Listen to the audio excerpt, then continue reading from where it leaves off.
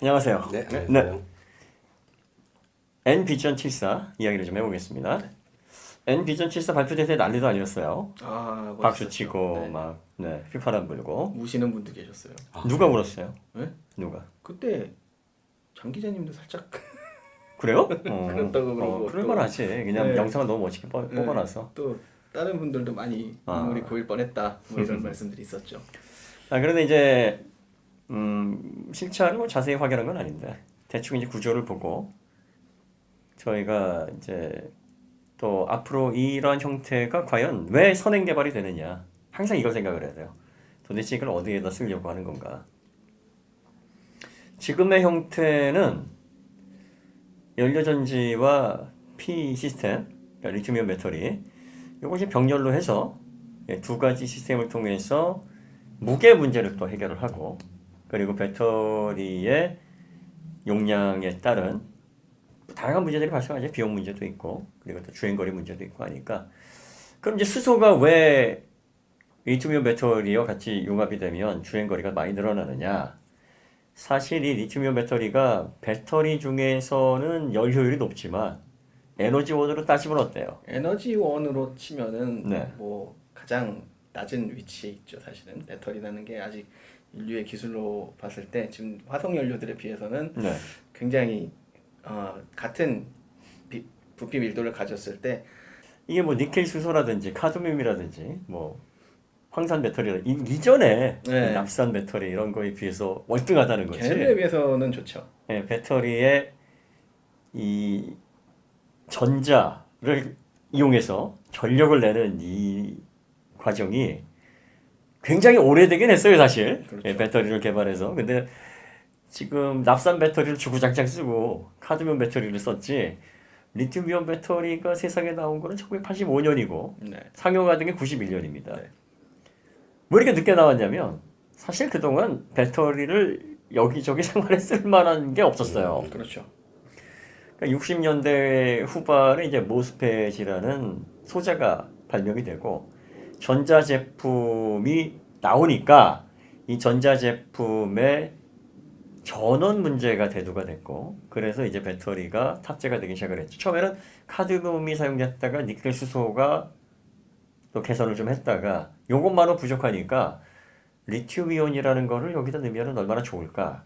리튬이온이 전이차가 3.6V로 리튬이온 배터리가 물에 리튬 집어넣으면 막 확 하고 전자가 그냥 한 번에 확 빠져나오니까 난리가 나는 거죠. 흰 연기 막 나고, 뭐 나트륨이라든지 또 뭐 칼륨이라든지 뭐 이런 것들이 다 그렇잖아요. 네.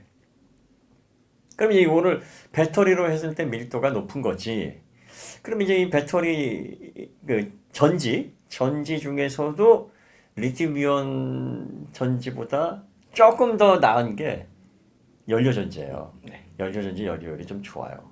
그래서 그 중에서 이제 수소라는 건 뽑아 쓸 수만 있으면 무한정 쓸 수가 있으니까 뭐 최종 단계는 이제 핵융합이겠지만, 네. 이건 좀 먼 미래 얘기죠. 그렇죠. 뭐 그래서 수소를 활용해서 연료 전지와 리튬이온 전지를 합치게 되면 리튬이온 전지의 밀도 문제를 해결할 수가 있고 연료율 문제를 해결할 수가 있으니까 자연히 무게는 내려가는 거예요. 가벼워지는 거지. 네. 밀도가 높아지니까. 그렇죠. 그래서 이 두 개를 그래서 혼합을 하려고 하는 거예요. 혼합을 하려다 보니까 이제 무슨 문제가 있어요?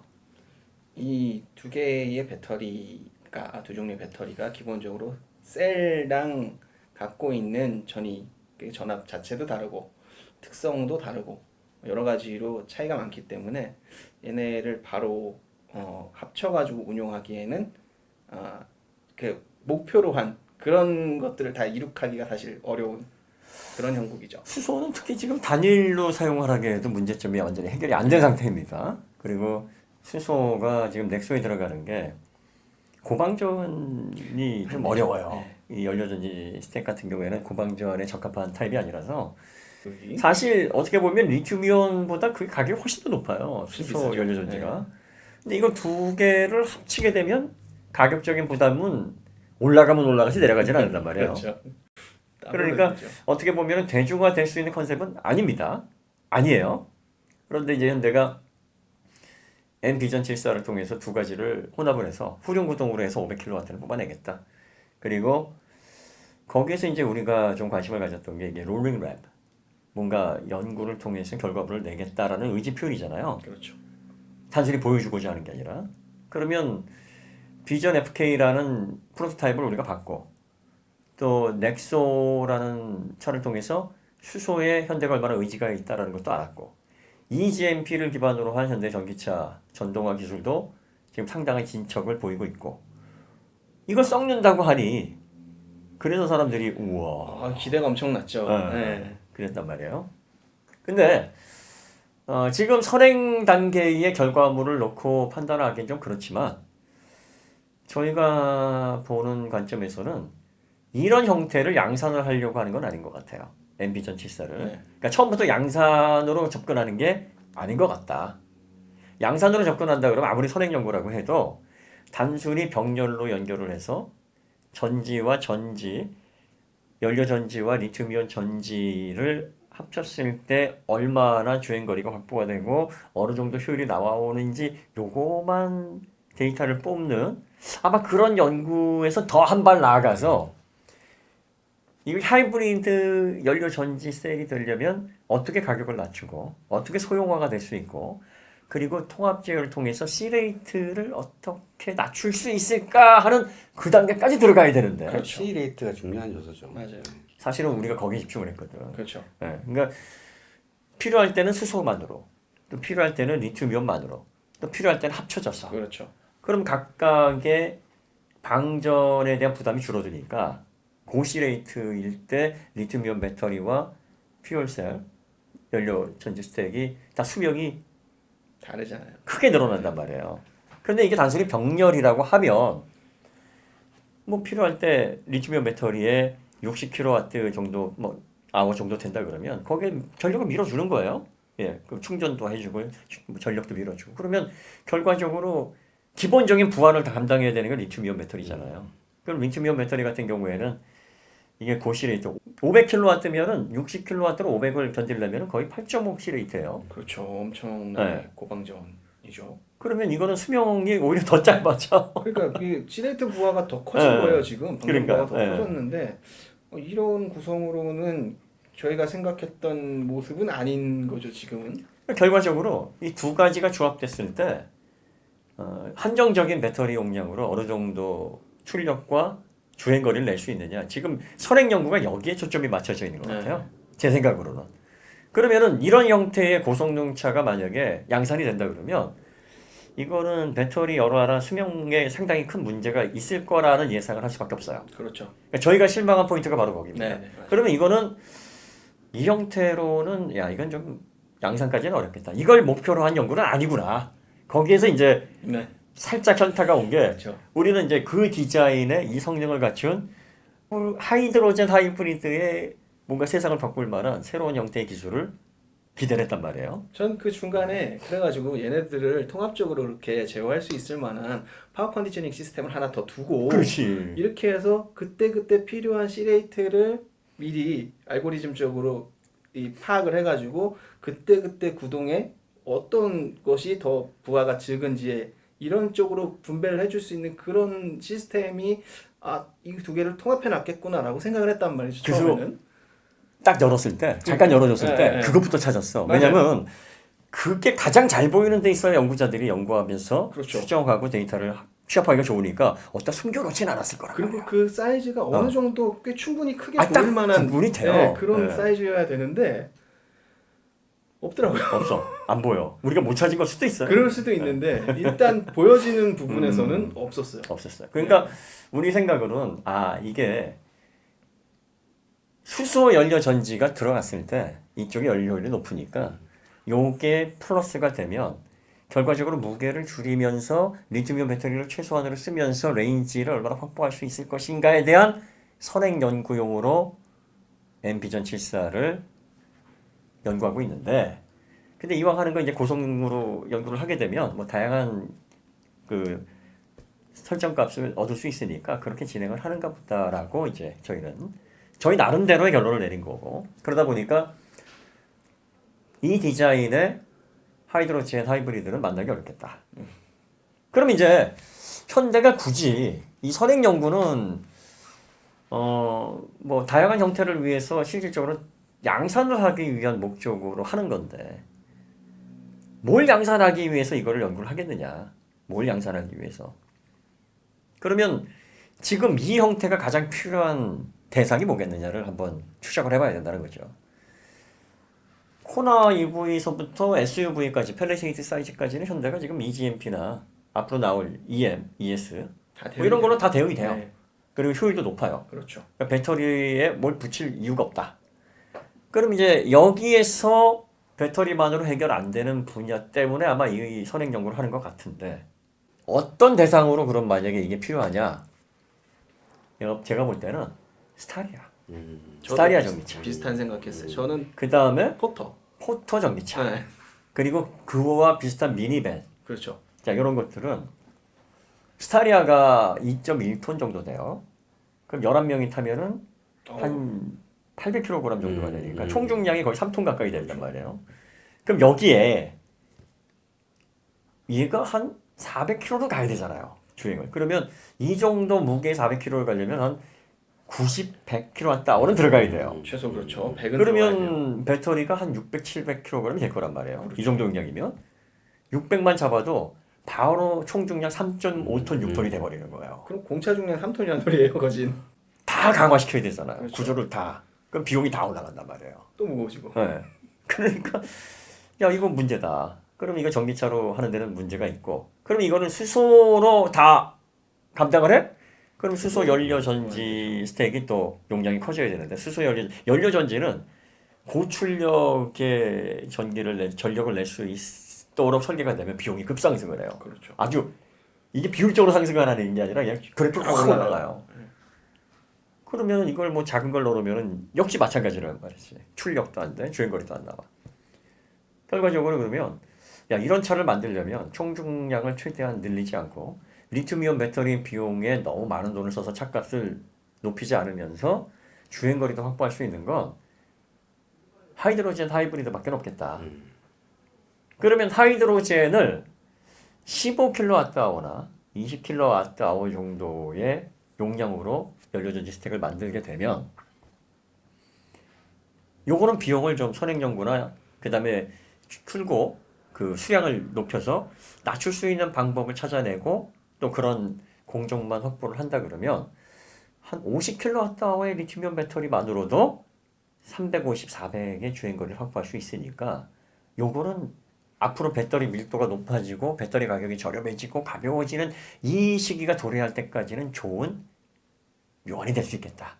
하이브리드 차 같은 거네요. 그렇죠. 네. 그러니까 하이브리드가 결국은 내연차와 전기차의 가격 역할을 했잖아요. 그렇죠. 이것도 어떻게 보면 해결책은 아닌데 부교지책으로 배터리 전기차로 미니밴까지 커버할 수 있는 시대가 오기 전까지는 뭐 그럭저럭. 그리고 수소차를 이렇게 구성을 하게 되면 이 수소차도 친환경 정책으로 해서 또 보조금도 더 받을 수 있으니까 네, 더 받죠. 보조금까지 녹여내고 그러면은 최종적으로 결과물 만드는 데는 좀 어렵지 않지 않겠느냐. 그러니까 상용차는 좀 저렴해야지 되니까 그러니까요. 그런 부분도 있겠네요. 네, 그러니까 최소한의 수소 연료 전지 스택의 용량, 최소한의 리튬이온 배터리를 통해서 일단 무게, 총 중량을 줄여내고, 그게 중요하죠. 네, 비용도 좀 줄여내고, 또 보조금도 또 더 많이 수소는 좀 더 많아요. 그렇죠. 네, 그러니까 보조금도 더 많이 타서 최종 가격도 낮추고, 주행거리도 확보하고. 그리고 포토 EV 오너들에게 211kg가 뭐야 욕도 안 듣고, 그리고 충전기마다 물고 있는 빌런들도 없애고, 그렇죠. 이게 정말 좋은 묘안이에요. 1타 한 몇 피야 벌써. 근데 제 생각으로는 현대가 이걸 잘 준비를 하고 있었는데 갑자기 듣도 보도 못한 르노가 원래 르노가 르노 연구소에서 수소를 많이 연구를 했어요. 오래전부터. 르노 마스터, 캉구 이런 걸 가지고 이 컨셉을 먼저 치고 들어온 거예요. 그렇죠. 네, 딱 그게 출력 한 150kW 정도 되고 한 50kW 배터리에 한 17, 18 연료전지 스택 딱 그 정도 조합으로 주행거리를 낮추고 가격을 최대한 낮춘 거란 말이에요. 르노가 먼저 했어. 그리고 시닉 비전도 딱 그 컨셉이에요. 이거는 40kWh 배터리에 17kWh의 연료전지 스택에 700km가 넘게 간대. 그 사이즈는 코나 EV만 해. 700km는 약간 좀 의심스럽긴 한데 아, 어쨌든 그렇긴 뭐 한데. 근데 성능이 높은 성능이 아니에요. 그러니까 뭐 제조사가 이렇게 발표를 하고 이게 또 유럽 기준이니까 한국 오면 한 500, 한 500 정도 뭐 간다고 400, 보면 900, 뭐 되겠죠. 예. 어쨌든 그래도 지금 포토 EV가 200 좀 더 가는데 훨씬 좋죠. 현대가 르노가 이렇게 구체적으로 양산 계획을 시빅 비전은 내년에 나온대요. 그러고 나니까 자존심이 있잖아요, 현대가. 그렇죠. 지금 수소하면 현대는 전 세계에서 토요타 다음이 현대였잖아요. 그러니까 토요타가 현재 수소 연료 전지 스택은 좀 더 내구성이나 열 대비가 잘 돼 있어요. 조금 더 빨리 시작을 했고 그렇죠. 그 결과물도 조금 더 수준이 있다고 봐야 됩니다. 그런데 뭐 토요타가 그렇게 치고 나왔다 그러면 그러려니 하겠는데 르노가 이게 아마 현대 노선하고 겹쳤을 수 있어요. 그리고 나니까 현대가 뭔가 액션이 필요하지 않았나. 우리의 수소 전략 그리고 또 우리의 앞으로 상용차에 대한 전동화 전략 역시 아무런 문제가 없고 경쟁력이 확보가 돼 있다라는 걸 보여주기 위해서 앰비전 74라는 카드를 꺼내든 게 아니냐. 거기에 치트키를 썼잖아. 백더 퓨처 그렇죠. 그 포니 쿠페. 포니 원래 쿠페. 포니 쿠페가 원조인데 그렇죠.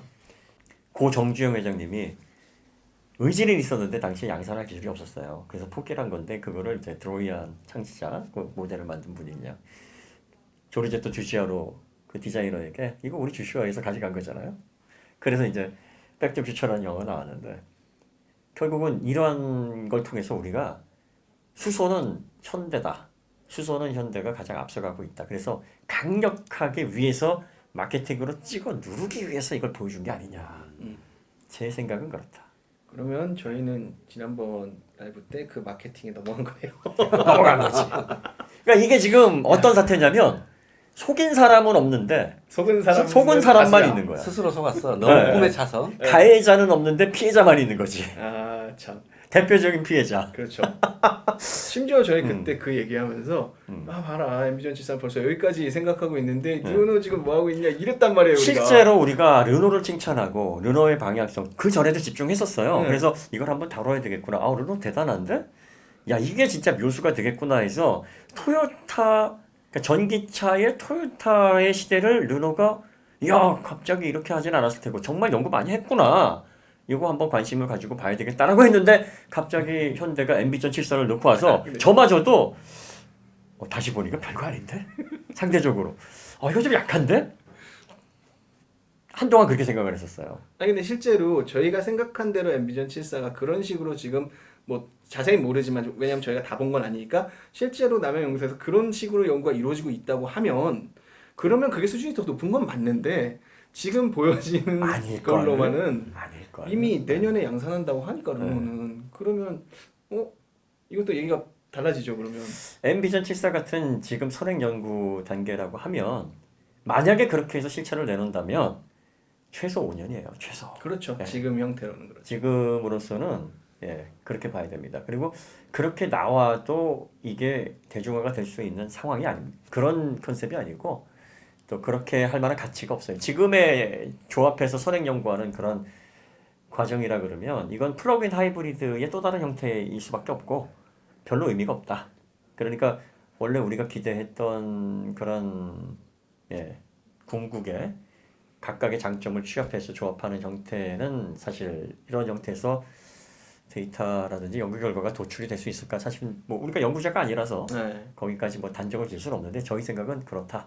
결국은 이제 지금의 형태는 스타리아 전기차 그리고 또 포토 EV 상용차들, 그러니까 르노 캉구나 마스터나 이런 차들에서 최대한 가벼운 무게, 그다음에 배터리 좀 양쪽 덜 써서 레인지를 늘리고 일상적인 출력에서 최대한 효율을 이끌어내면서 각각의 보조금을 통해서 최종 가격을 낮출 수 있는 과도기적인 다시 말하면 토요타 하이브리드와 같은 형태로 제시할 수 있는 딱 그 정도의 가치를 가지고 있는데 지금 현대가 선행 연구하는 게 딱 그거에 포커싱이 맞춰져 있는 것 같아요. 네, 지금 본 형태로는 그렇죠. 그러니까 되게 중요한 연구인데 이게 기업의 경쟁이 이래서 무서운 거예요. 그러니까 르노가 이렇게 수소 부분에서 대중화 이런 과도기적인 모델을 먼저 치고 나올 줄 누가 알았겠어. 그러니까요. 이거는 현대가 먼저 깃발을 꽂았는데 결과물을 지금 르노가 더 먼저 내겠다라고 치고 나오니까 현대 입장에서 다급한 거죠. 그래서 결국은 RN22 같은 경우에는 이제 로드맵상에 있는 거니까 그거는 순서에 맞게 소개를 한 게 맞는데 N비전 74는 우리에게 너무나 향수가 있고 상징성이 있었던 포리 쿠페 디자인과 또 팩더 퓨처라는 치트키를 통해서 뭔가 디자인의 화제성과 혁신성으로 현대가 미래의 하이드로젠 하이브리드를 이렇게 심사숙고하고 좋은 결과물을 내기 위해서 고군분투하고 있다라는 이미지 마케팅에 거의 가까웠다. 그렇죠. 디자인은 사실 현대의 헤리티지를 만들어낼 수 있는 좋은 기회라고 생각을 했는데 그 디자인에 빠져서 지금 본질을 못 본 것 같아서 너무 좀 저는 약간 아이씨 내가 이렇게 저걸 못 봤네 그리고 좀 N비전 74는 스타리아로 나올 겁니다. 뭐 아마 그럴 것 같습니다. 스타리아. 네. 그래서 뭐 그런 상용차 그거라도 나오면 좋죠. 그렇죠. 그거라도 나오면 살 거예요. 아니, 왜냐면 뭐 포토 EV가 그렇게 개선이 돼서 나온다 그러면 그럼 그 또 사야지. 그건 또 사야지. 네. 상품성이 엄청 좋아지는 거죠. 네. 그래서 이제 N비전 74 좋은 이벤트였고 뭐 이런 뭐 짧게나마 좋은 꿈을 꿀 수 있어서 좋았고 혹시 알아 또 진짜로 꿈이 현실 뭐 현실이 될 수도 있는 거니까. 네, 네. 그래서 또 나중에 한 3, 4년이나 4, 5년 후에 아니 뭐 우리가 그렇게 얘기했는데 진짜였어요? 그럴 수 있죠. 제발 이러길 바라죠. 네. 저희는 그렇게 바랍니다. 그리고 뭐 비난하려고 하는 게 아니고 저희는 연구자분들, 엔지니어분들의 노고와 그분들의 열정 그리고 세상을 바꿔나가고자 하는 노력 거기에 찬사를 늘 보내고요. 여러분들 덕분에 하루하루가 즐겁습니다. 심심할 날이 없어요. 뭐 좋은 결과물을 이렇게 내는데 심심할 일이 뭐가 있어. 그런 의미니까 그런 쪽에서 들어주셨으면 합니다. 저희가 이제 N비전 74 관련해 가지고 어떤 부분에 있어서 약간 기대감을 조금 못 미치는 부분에서 실망을 했느냐. 그리고 또 현대가 정말 선행 연구를 통해서 이루려고 하는 건 뭐냐. N비전 74가 왜 제품화가 양산화가 되지 않음에도 불구하고 등장을 해서 화제를 끌었을까. 모터스포츠 얘기를 하시는 분들이 계신데 그것도 지켜봐야 돼. 모터스포츠는 또 나름의 생태계가 있고 뭐 르망에서 수소 뭐 어쩌고 저쩌고 얘기가 나오고 있는데 이것도 확정된 게 아닌데 확정된 게 아닌데 선행 개발하는 업체가 어디 있어? 맞아요. 그러니까 이것도 사실 아구가 안 맞는 얘기긴 한데 그냥 그렇다고 생각합시다 우리. 좋은 게 좋은 거니까. 네. 네. 우리 기업이 하면 뭐 그런 거지 뭐. 좋죠. 그렇죠. 기업이 하면. 그렇죠. 그럼 네. 뭐 대한민국이 하면 뭐 그런 거지 뭐. 네. 자 오늘 이야기는 여기서 마치도록 하겠습니다. 네, 더 좋은 컨텐츠로 찾아뵙겠습니다. 감사합니다.